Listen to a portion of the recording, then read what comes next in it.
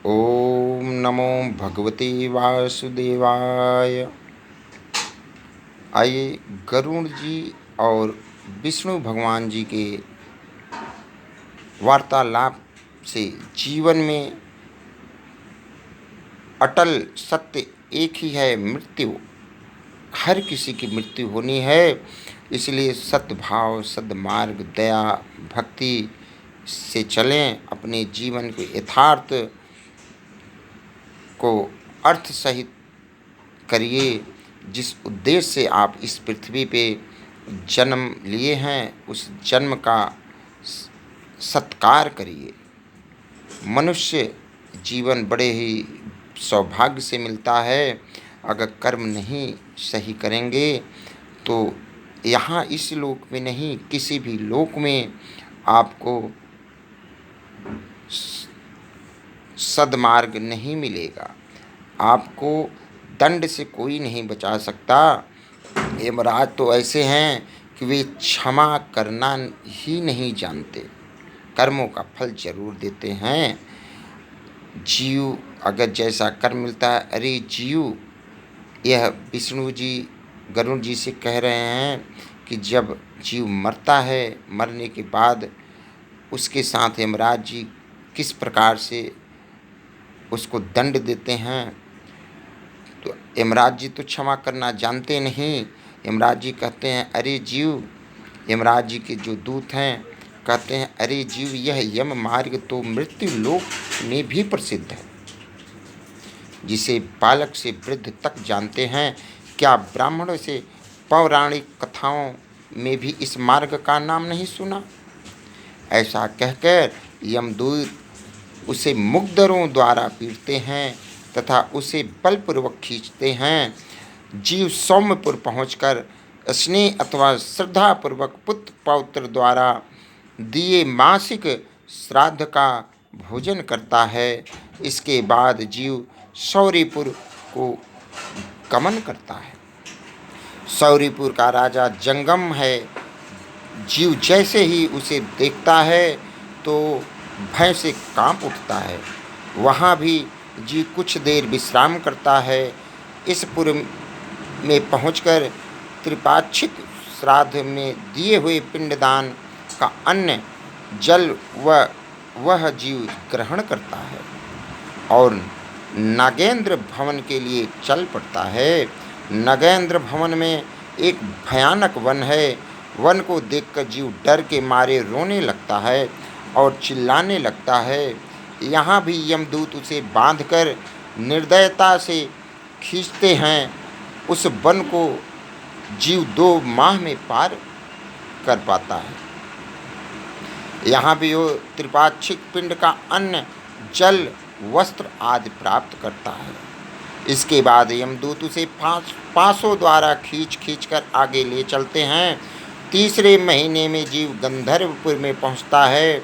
यहाँ उसे त्रैमासिक पिंड से काम चलाना पड़ता है। वहाँ के कष्ट भोग कर चौथे महीने में जीव शैलागमपुर पहुँचता है। इस पुर में उस पर पत्थरों की वर्षा करी जाती है। यहाँ उसे चौथे माह का पिंड प्राप्त होता है। इसके बाद जीव 5वें महीने में क्रौंचपुर में जाता है। यहाँ उसे 5वां पिंड प्राप्त होता है। अब जीव यहाँ के क्रूरपुर के लिए चल देता है। यहाँ पर वह 6ठे मास का पिंड प्राप्त करता है। यहाँ पर जीव के एक घड़ी विश्राम भी करने को मिलता है। इसके बाद जीव विचित्र भवन पहुँचता है। इस भवन का स्वामी यमराज का छोटा भाई विचित्र है। उसे देखकर ही जीव डरकर भागना चाहता है, परंतु भाग नहीं पाता, क्योंकि आगे बैतरणी नदी आती है। विष्णु भगवान जी गरुड़ जी से यम लोक की सारी कथाएं बता रहे हैं कि जीव को किस किस प्रकार कष्ट प्राप्त होता है। अगर हर कोई इंसान यह जान ले तो वो पाप कर्म से दूर हो जाए, सद्मार्ग पे चले, सद्भाव करे, दया भाव से रहेगा। क्योंकि उसको उसके कर्मों का फल ज़रूर मिलता है।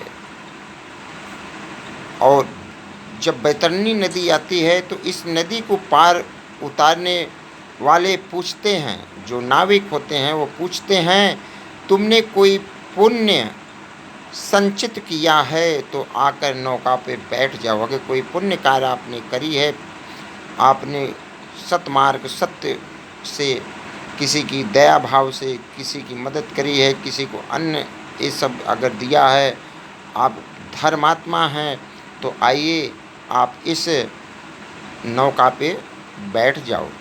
नदी जीव को देखकर आग पर चढ़ाए हुए तेल की भांति उबलने लगती है।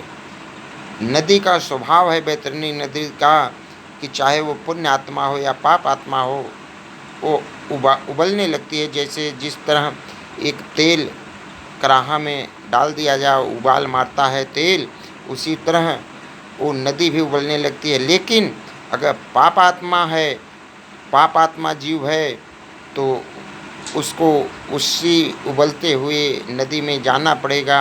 अगर पुण्य आत्मा है तो नदी शांत हो जाती है और उसको पार ले जाती है। उसमें नाविक जो हैं, जो वहाँ के सैनिक हैं, वो उनको नदी को पार करा देते हैं।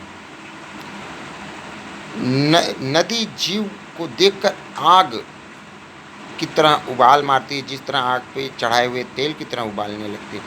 जीव उस नदी को देखकर घबरा जाता है, डर जाता है। तब आकाश में चलने वाले यमदूत उस जीव के मुख में मछली पकड़ने वाला कांटा फंसाकर घसीटते हुए उसे नदी के दूसरी तरफ पहुंचाते हैं। छठे महीने नदी के पार पहुंचकर जीव पिंडदान का सामान खाकर आगे चलता है। सातवें महीने में जीव बयापद नामक नगर में पहुंचता है। वहां पुत्रों द्वारा सातवें महीने के लिए श्रद्धा से जो अन्न और जल सब ग्रहण होता है, आदि को खाकर तृप्त होता है। वहां से चलकर जीव दुखदपुर में जाता है।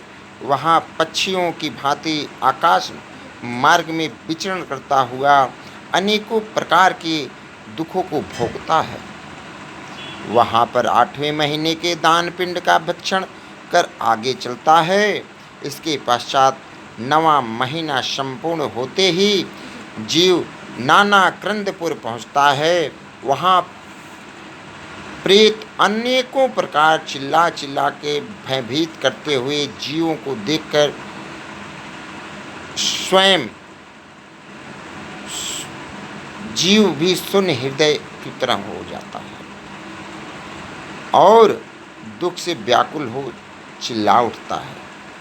फिर यमदूतों के धमकाने से बड़े कष्ट से चलता हुआ 10वें महीने में सुतप्त भवन में जाता है। वहाँ पिंडदान को भोग कर 11वें महीने की समाप्ति पर रौद्र नगर में पहुँचता है। 11वें माह के दिए श्राद्ध जल आदि का भक्षण कर 11.5वें महीने में पयोवर्षणपुर में जाता है। वहाँ जीवों को दुख पहुँचाने वाले मेघ